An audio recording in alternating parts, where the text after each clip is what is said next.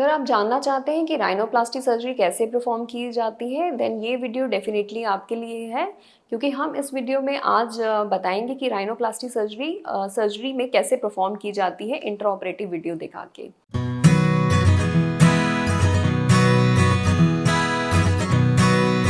Hi, I am Dr. Akanksha Sharma, board certified plastic surgeon practicing in Jaipur। तो rhinoplasty surgery basically करने के दो तरीके होते हैं, एक ओपन राइनोप्लास्टी और एक क्लोज राइनोप्लास्टी।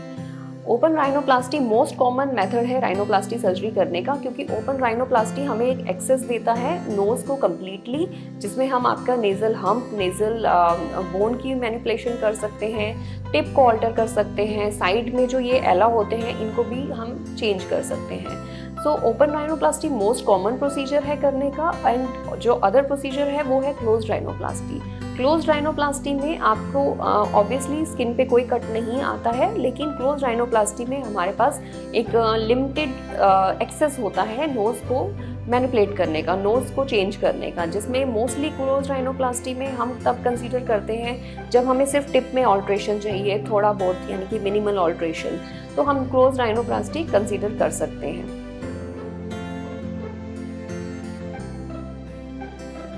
राइनोप्लास्टी एक जनरल एनेस्थीसिया का प्रोसीजर है, यानी कि आपको पूरा बेहोश करके राइनोप्लास्टी परफॉर्म की जाती है। एक दिन का एडमिशन यूजुअली जो कंप्लीट राइनोप्लास्टी होती है उसमें रहता है। 1 वीक नोज के ऊपर प्लास्टर भी रहता है राइनोप्लास्टी करने के बाद। एंड राइनोप्लास्टी करने से पहले, सर्जरी से पहले आपके नोज पे मार्किंग की जाती है, जिसमें मार्किंग में आपका नोज का हम्प जो है वो डिफाइन करते हैं पहले कि कितना रिड्यूस करना है। नोज की मेजरमेंट्स होती हैं। नोज में अगर आपका नोज पीछे से ब्रॉड है तो उसकी ब्रॉडनेस को कंसीडर किया जाता है, एज वेल एज अगर आपके एला ब्रॉड है, यानी कि नोज का ये साइड वाला पार्ट ब्रॉड है, तो हम उसको भी कंसीडर करते हैं राइनोप्लास्टी सर्जरी में। ओपन राइनोप्लास्टी में आपको नोज के नीचे की तरफ 3 स्टिचेस आते हैं, जो कि विजिबल इतने नहीं रहते हैं even after the surgery. Most commonly open rhinoplasty he perform की जाती है, क्योंकि हमें एक्सेस बहुत अच्छा मिलता है। इवन आपका बहुत बड़ा नोज के ऊपर हम्प है, हम वो करेक्ट कर सकते हैं सर्जरी में, या नोज जो है डिप्रेस्ड है तो हम उसमें बोन जो है एक्सेस करके, सेप्टम से बोन हार्वेस्ट करके बोन भी उसमें ऊपर लगा सकते हैं, ताकि आपकी नोज जो है उसकी डॉर्सम की हाइट जो है वो बढ़ जाए।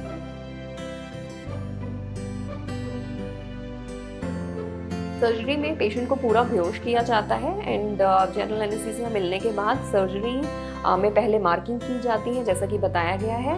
एंड उसके बाद हम नोज़ को एक ट्यूमेसेंट सॉल्यूशन से इन्फिल्ट्रेट करते हैं, ताकि आपका नोज़ जो है उसमें ब्लीडिंग वगैरह ना हो। ये एक बहुत ही इंपॉर्टेंट पार्ट है राइनोप्लास्टी करने का, जिसमें नोज़ में एक एनेस्थीसिया दिया जाता है, प्लस उसकी जो ब्लड सप्लाई है उसको रिड्यूस किया जाता है, ताकि स्वेलिंग जो है वो कम आए। नोज़ में नीचे की तरफ से कट लगा के पूरा नोज़ को ओपन किया जाता है, एंड ओपन होने के बाद हम जो सेप्टम है, जो कि बोन के नोज़ के अंदर की बोनी पार्ट होता है, उसको हार्वेस्ट करते हैं। मोस्टली हमें पेशेंट्स में सेप्टम मिल जाता है, बट कुछ पेशेंट में जिनमें अगर सेप्टम पिछली कोई ईएनटी सर्जरी में सेप्टम जा चुका है, या फिर कोई चोट लगने के बाद सेप्टम नहीं है, देन हमें चेस्ट में कट देके हड्डी को जो चेस्ट में एक्स्ट्रा बोन होती है उसको हार्वेस्ट करते हैं, और वो बोन यूज़ करते हैं नोज़ को रिकंस्ट्रक्शन करने में। ये जो सेप्टम से बोन, या फिर हम जो चेस्ट में से एक्स्ट्रा बोन यूज़ करते हैं, इससे हम नोज़ में जो है स्प्रेडर ग्राफ्ट्स यूज़ करते हैं, जिससे हमारी नोज़ की जो डॉर्सम होती है वो स्मूथ होकर आती है।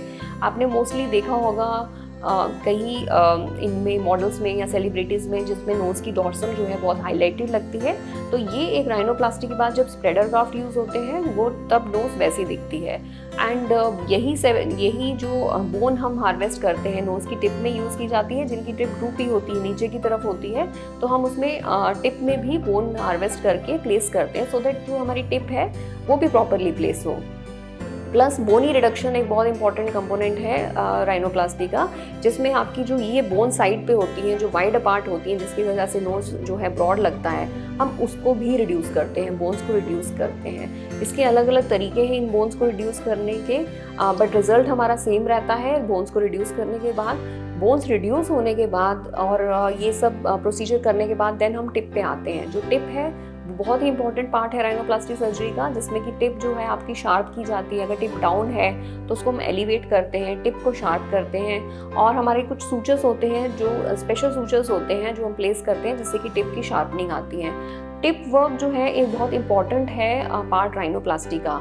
तो जब भी आप राइनोप्लास्टी कंसीडर करते हैं, स्पेसिफिकली अगर प्लास्टिक सर्जन राइनोप्लास्टी कंसीडर कर रहा है, तो प्लास्टिक सर्जन के पास जो तरीके होते हैं जिनसे हम टिप को रिफाइन करते हैं वो बहुत ही फाइन तरीके होते हैं, क्योंकि बहुत ही फाइन सूचर्स उसमें यूज़ होते हैं। एंड टिप डेफिनेशन के बाद देन हमारा जो एक और पार्ट आता है, मोस्टली पेशेंट कंसीडर करते हैं, वो एला रिडक्शन होते हैं। जो साइड के एला यानी कि जो नोज़ का छेद हम जिसको बोलते हैं, अगर वो बड़े हैं तो हम उनको भी रिड्यूस करते हैं, जिनको हम एला रिडक्शन सर्जरी कहते हैं।